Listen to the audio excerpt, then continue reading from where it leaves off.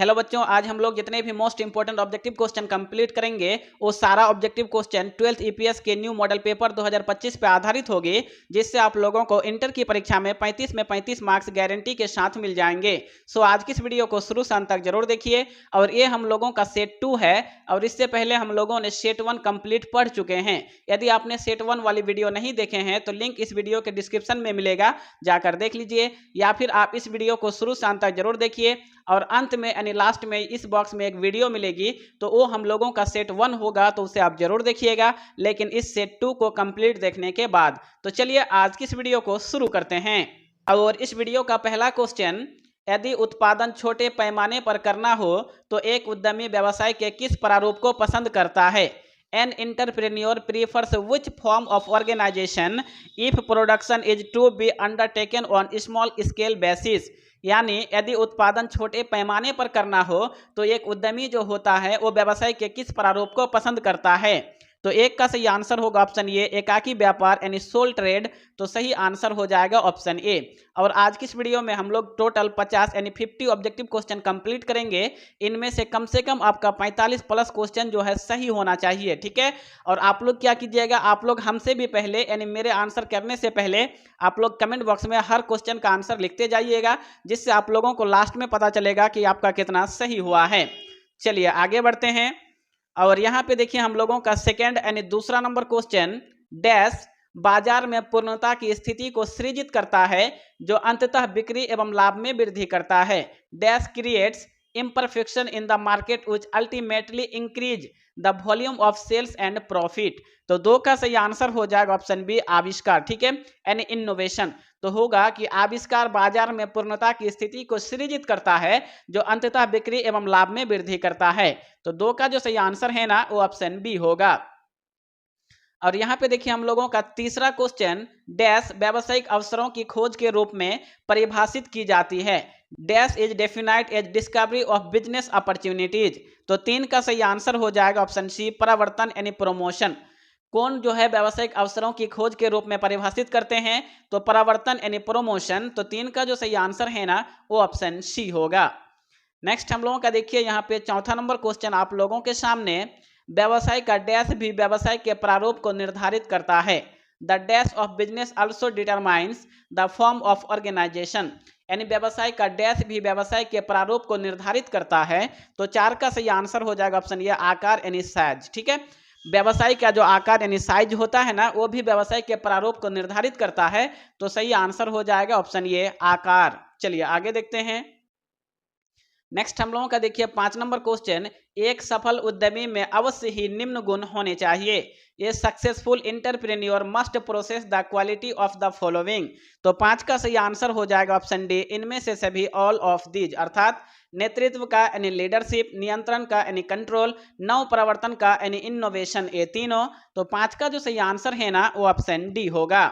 और नेक्स्ट हम लोगों का 6 नंबर क्वेश्चन, सफल उपक्रम का आवश्यक शर्त है। रिक्विसाइट्स ऑफ सक्सेसफुल इंटरप्राइज आर। यानी 6 का जो सही आंसर है ना ऑप्शन सी होगा, अ एवं ब दोनों, बोथ ए एंड बी। अर्थात सुपरिभाषित संस्थागत लक्ष्य, वेल डेफिनेट ऑर्गेनाइजेशनल गोल्स, प्रभावपूर्ण नियोजन, इफेक्टिव प्लानिंग, ये दोनों। तो 6 का सही आंसर हो जाएगा ऑप्शन सी।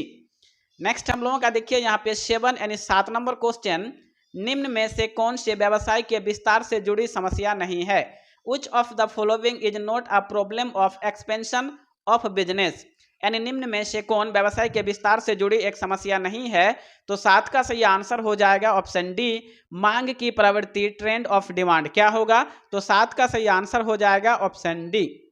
8 नंबर क्वेश्चन, नियोजन होता है, प्लानिंग इज नियोजन होता है। तो 8 का सही आंसर होगा ऑप्शन डी, सभी अवधियों के लिए, फॉर ऑल टर्म्स। अर्थात अल्पकालीन शॉर्ट टर्म, मध्यकालीन मिडिल टर्म और दीर्घकालीन लॉन्ग टर्म, ये तीनों। तो 8 का जो सही आंसर है ना वो ऑप्शन डी होगा, नियोजन होता है सभी अवधियों के लिए।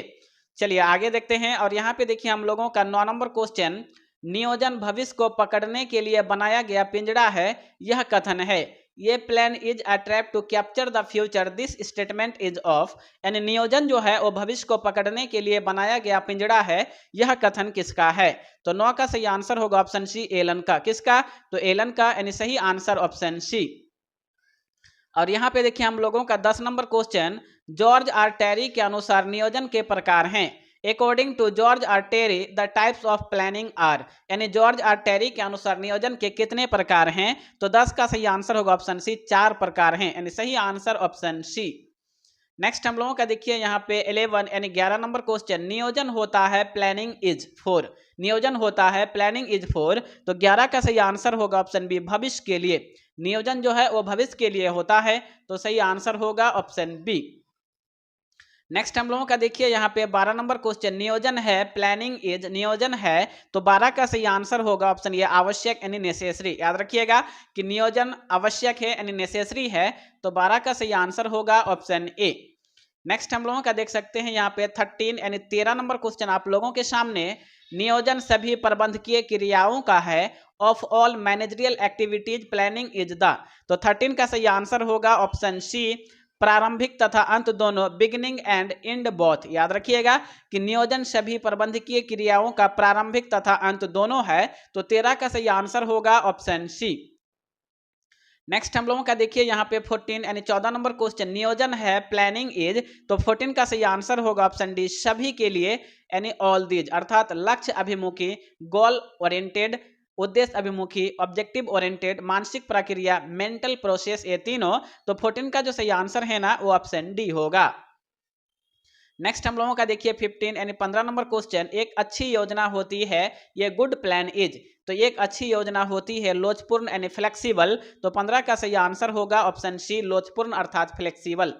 चलिए आगे देखते हैं। और नेक्स्ट हम लोगों का देखिए 16 नंबर क्वेश्चन, व्यवसाय नियोजन के मुख्य अवयव हैं, the main components of business planning are, तो 16 का सही आंसर होगा ऑप्शन सी, ए एवं बी दोनों, बोथ ए एंड बी, अर्थात व्यवसाय का वर्णन, बिजनेस डिस्क्रिप्शन, अधिशासी सारांश, एक्सिक्यूटिव समरी, ये दोनों, तो 16 का सही आंसर होगा ऑप्शन सी।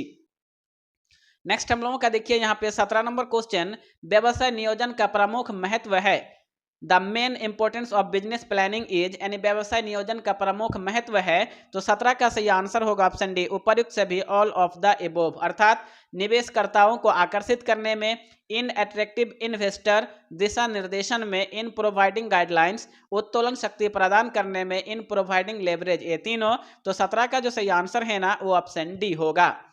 और नेक्स्ट हम लोगों का 18 नंबर क्वेश्चन, व्यवसाय नियोजन में शामिल क्रियाएं हैं, the activities included in business planning are, तो 18 का सही आंसर होगा ऑप्शन डी, उपर्युक्त सभी, ऑल ऑफ दीज, अर्थात संगठन का नियोजन, planning the organisation, Shram Shakti की आवश्यकता का नियोजन करना, planning the man power requirement, परियोजना कार्य का नियोजन, प्लानिंग ऑफ प्रोजेक्ट वर्क, ये तीनों, तो 18 का जो सही आंसर है ना ऑप्शन डी होगा, उपर्युक्त सभी, ऑल ऑफ दीज। चलिए आगे बढ़ते हैं। और यहाँ पे देखिए हम लोगों का 19 नंबर क्वेश्चन, परियोजना पहचान व्यवहार करती है, प्रोजेक्ट आइडेंटिफिकेशन डील्स विथ, यानी परियोजना पहचान जो है वो किसके साथ व्यवहार करती है, तो इस 19 का सही आंसर हो जाएगा ऑप्शन ये, व्यवहार ये परियोजना विचार से, विएबल प्रोजेक्ट आइडिया, क्या होगा, विएबल प्रोजेक्ट आइडिया, यानी व्यवहार्य परियोजना विचार से, तो 19 का सही आंसर हो जाएगा ऑप्शन ए। चलिए आगे देखते हैं। और यहाँ पे देखिए हम लोगों का 20 यानी 20 नंबर क्वेश्चन, परिमाननीय परियोजनाओं से निम्नलिखित संबंधित नहीं है, following is not considered with quantifiable projects, तो इस 20 का जो सही आंसर है ना ऑप्शन सी होगा, परिवार कल्याण यानी फैमिली वेलफेयर, तो सही आंसर होगा ऑप्शन सी। और नेक्स्ट हम लोगों का 21 नंबर क्वेश्चन, उपकरणों के प्रमाणीकरण में कमी होती है, lack of standardization of the equipment is due to, तो 21 का सही आंसर होगा ऑप्शन बी, बाह्य बाधाओं से, एक्सटर्नल कॉन्स्ट्रेंट्स, यानी सही आंसर क्या होगा, तो सही आंसर होगा ऑप्शन बी। और नेक्स्ट हम लोगों का 22 नंबर क्वेश्चन, कारक प्रबलता पराच्य परियोजनाएं हैं, factor intensity oriented projects are, तो 22 का सही आंसर हो जाएगा ऑप्शन डी, ए एवं बी दोनों, बोथ ए एंड बी, अर्थात पूंजी प्रबल परियोजनाएं, कैपिटल ओरिएंटेड प्रोजेक्ट्स, और श्रम आधारित परियोजनाएं, लेबर इंटेंसिव प्रोजेक्ट्स, ये दोनों, तो 22 का सही आंसर है ना वो ऑप्शन डी होगा। चलिए आगे बढ़ते हैं। और यहाँ पे देखिए हम लोगों का 23 नंबर क्वेश्चन, एक परियोजना है, ए प्रोजेक्ट इज, तो 23 का सही आंसर हो जाएगा ऑप्शन ए, गतिविधियों का समूह, क्लस्टर ऑफ एक्टिविटीज, एक परियोजना है गतिविधियों का समूह, यानी 23 का जो सही आंसर है ना वो ऑप्शन ए होगा। चलिए आगे बढ़ते हैं। और यहाँ पे देखिए हम लोगों का 24 नंबर क्वेश्चन, परियोजना का जीवन चक्र निम्नलिखित से संबंधित नहीं होता है। Project life cycle is not concerned with the following. तो 24 का सही आंसर हो जाएगा ऑप्शन डी, स्थिरीकरण चरण, स्टेबिलाइजेशन स्टेज से। याद रखिएगा कि परियोजना का जीवन चक्र निम्नलिखित से संबंधित नहीं होता है, तो स्थिरीकरण चरण से, यानी इस 24 का जो सही आंसर है ना वो ऑप्शन डी होगा। चलिए आगे बढ़ते हैं। और यहाँ पे देखिए हम लोगों का 25 नंबर क्वेश्चन, परियोजना निम्न में से संबंधित नहीं होती, project is not concerned with. तो 25 का सही आंसर होगा ऑप्शन डी, सृजनता से, यानी क्रिएटिविटी से। याद रखिएगा कि परियोजना जो है वो सृजनता से संबंधित नहीं होती है, तो 25 का सही आंसर होगा ऑप्शन डी। नेक्स्ट हम लोगों का देखिए यहाँ पे 26 नंबर क्वेश्चन आप लोगों के सामने, परियोजना प्रबंध संबंधित नहीं होता है, project management is not concerned with. तो 26 का सही आंसर क्या होगा?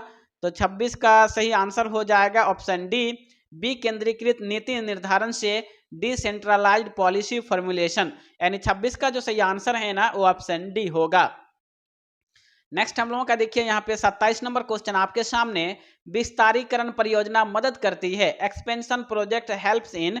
तो 27 का सही आंसर हो जाएगा ऑप्शन सी, अतिरिक्त अवसरों का लाभ उठाना, इन केजिंग एडिशनल अपॉर्चुनिटीज। यानी सही आंसर हो जाएगा ऑप्शन सी। नेक्स्ट हम लोगों का देखिए यहाँ पे 28 नंबर क्वेश्चन आपके सामने, आधुनिकीकरण सुधारता है, मॉडर्नाइजेशन इम्प्रूव्स। यानी आधुनिकीकरण जो है वो किसको सुधारता है? तो 28 का सही आंसर हो जाएगा ऑप्शन डी, क्षमता को, यानी कैपेसिटी को। याद रखिएगा कि आधुनिकीकरण सुधारता है क्षमता को, यानी सही आंसर ऑप्शन डी। नेक्स्ट हम लोगों का देखिए यहाँ पे 29 नंबर क्वेश्चन, तकनीकी आर्थिक विश्लेषण में पहचान किया जाता है, techno economic analysis deals with the identification of the.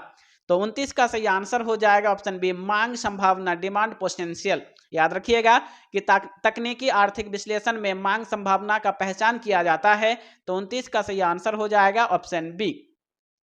Next हम लोगों का देखिए यहाँ पे 30 नंबर क्वेश्चन, निवेश विश्लेषण संबंधित है, इनपुट एनालिसिस डील्स विथ। तो 30 का सही आंसर होगा ऑप्शन डी, संसाधन आवश्यकताएं, रिसोर्सेस रिक्वायरमेंट। तो सही आंसर हो जाएगा ऑप्शन डी। चलिए आगे बढ़ते हैं। और यहाँ पे देखिए हम लोगों का 31 नंबर क्वेश्चन, डीपीआर है, डीपीआर इज आ। तो 31 का सही आंसर होगा ऑप्शन बी, कार्यवाही योजना, एक्शन प्लान। डीपीआर क्या है? तो डीपीआर एक कार्यवाही योजना है, तो 31 का जो सही आंसर है ना वो ऑप्शन बी होगा।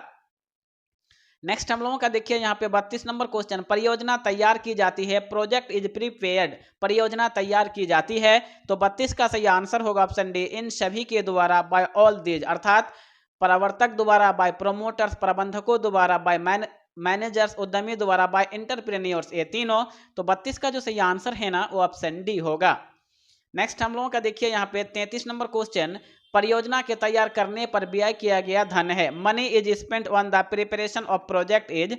तो परियोजना के तैयार करने पर व्यय किया गया धन जो है ना वो विनियोग है, यानी इन्वेस्टमेंट है। तो 33 का सही आंसर है ना वो ऑप्शन ए होगा। नेक्स्ट हम लोगों का देखिए यहाँ पे 34 नंबर क्वेश्चन आपके सामने, परियोजना मूल्यांकन के पहलू है, aspect of project evaluation is. तो 34 का सही आंसर हो जाएगा ऑप्शन डी, ए से भी ऑल दीज। अर्थात तकनीकी मूल्यांकन, टेक्निकल इवैल्यूएशन, वित्तीय मूल्यांकन, फाइनेंशियल इवैल्यूएशन, प्रबंधकीय मूल्यांकन, मैनेजरियल इवैल्यूएशन, ये तीनों। तो 34 का जो सही आंसर है ना वो ऑप्शन डी होगा। नेक्स्ट हम लोगों का देखिए यहाँ पे 35 नंबर क्वेश्चन, परियोजना पहचान में आवश्यकता होती है, इन प्रोजेक्ट आइडेंटिफिकेशन इज नीडेड। यानी परियोजना पहचान में किस चीज की आवश्यकता होती है? तो 35 का जो सही आंसर है ना ऑप्शन सी होगा, अनुभव एवं मस्तिष्क का उपयोग दोनों, experience and use of mind both. तो सही आंसर हो जाएगा ऑप्शन सी, अनुभव एवं मस्तिष्क का उपयोग दोनों। तो आप लोगों को सी नंबर पे टिक कर देना है। चलिए आगे देखते हैं। और यहाँ पे देखिए हम लोगों का 36 नंबर क्वेश्चन, परियोजना प्रतिवेदन सारांश है, project report is a summary of. तो 36 का सही आंसर हो जाएगा ऑप्शन डी, ए से भी ऑल दीज। अर्थात तथ्यों का, यानी फैक्ट, सूचनाओं का, इन्फॉर्मेशन, विश्लेषण का, एनालिसिस, ये तीनों। तो 36 का जो सही आंसर है ना वो ऑप्शन डी होगा। नेक्स्ट हम लोगों का देखिए यहाँ पे 37 नंबर क्वेश्चन, पुनर्भुगतान अवधि संबंधित होती है, पे बैक पीरियड डील्स विथ। यानी पुनर्भुगतान अवधि जो है वो किससे संबंधित होती है? तो इस 37 का जो सही आंसर है ना वो क्या होगा? तो ऑप्शन बी होगा। क्या होगा? तो ऑप्शन बी होगा, विनियोजन लागत वसूली के लिए आवश्यक अवधि, period required for cost of investment recovery. तो 37 का जो सही आंसर है ना वो ऑप्शन बी हो जाएगा। ठीक है, और नेक्स्ट हम लोगों का 38 नंबर क्वेश्चन परियोजना आकलन है, प्रोजेक्ट अप्रेसल इज ए और एन। तो इस 38 का जो सही आंसर है ना ऑप्शन सी हो जाएगा, लाभदायकता विश्लेषण, प्रॉफिटेबिलिटी एनालिसिस। परियोजना आकलन है, लाभदायकता विश्लेषण, यानी 38 का जो सही आंसर है ना वो ऑप्शन सी होगा। नेक्स्ट हम लोगों का देखिए यहाँ पे 39 नंबर क्वेश्चन, गर्भावधि संबंधित होती है gestation period of concern with. तो 39 का सही आंसर हो जाएगा ऑप्शन सी, क्रियान्वयन अवधि से इम्प्लीमेंटेशन पीरियड, यानी सही आंसर हो जाएगा ऑप्शन सी। नेक्स्ट हम लोगों का देख सकते हैं यहाँ पे 40 नंबर क्वेश्चन आप लोगों के सामने, शुद्ध वर्तमान मूल्य विधि संबंधित है, एनपीवी मेथड रिलेट्स। तो 40 का सही आंसर हो जाएगा ऑप्शन सी, सभी भावी वर्तमान मूल्यों से प्रेजेंट वैल्यू ऑफ मनी, यानी सही आंसर हो जाएगा ऑप्शन सी। नेक्स्ट हम लोगों का देखिए यहाँ पे 41 नंबर क्वेश्चन, निम्न में से कौन संसाधनों का प्रकार एवं स्रोत है, which of the following is a kind of resource and their sources. तो 41 का सही आंसर होगा ऑप्शन डी, उपरोक्त सभी, all of the above, all of the above, यानी भौतिक संसाधन फिजिकल रिसोर्सेस, तकनीकी संसाधन टेक्निकल रिसोर्सेस, मानवीय संसाधन ह्यूमन रिसोर्सेस, ये तीनों। तो 41 का सही आंसर हो जाएगा ऑप्शन डी, उपरोक्त सभी। ठीक है, नेक्स्ट हम लोगों का देखिए यहाँ पे 42 नंबर क्वेश्चन आप लोगों के सामने, संसाधनों की गतिकरण में उद्यमी की भूमिका में निम्न में से किस बात पर ध्यान देना चाहिए, which of the following point is to be considered while deciding about the role of entrepreneur in mobilizing resources। तो 42 का सही आंसर होगा ऑप्शन डी, उपरोक्त सभी, ऑल ऑफ द एबोव, अर्थात संसाधनों की आवश्यकता, नीड ऑफ रिसोर्सेज, संसाधनों की पहचान, आइडेंटिफिकेशन ऑफ रिसोर्सेज, रुकावटों का अध्ययन, स्टडी ऑफ रिसोर्सेज। तो 42 का जो सही आंसर है ना वो ऑप्शन डी होगा।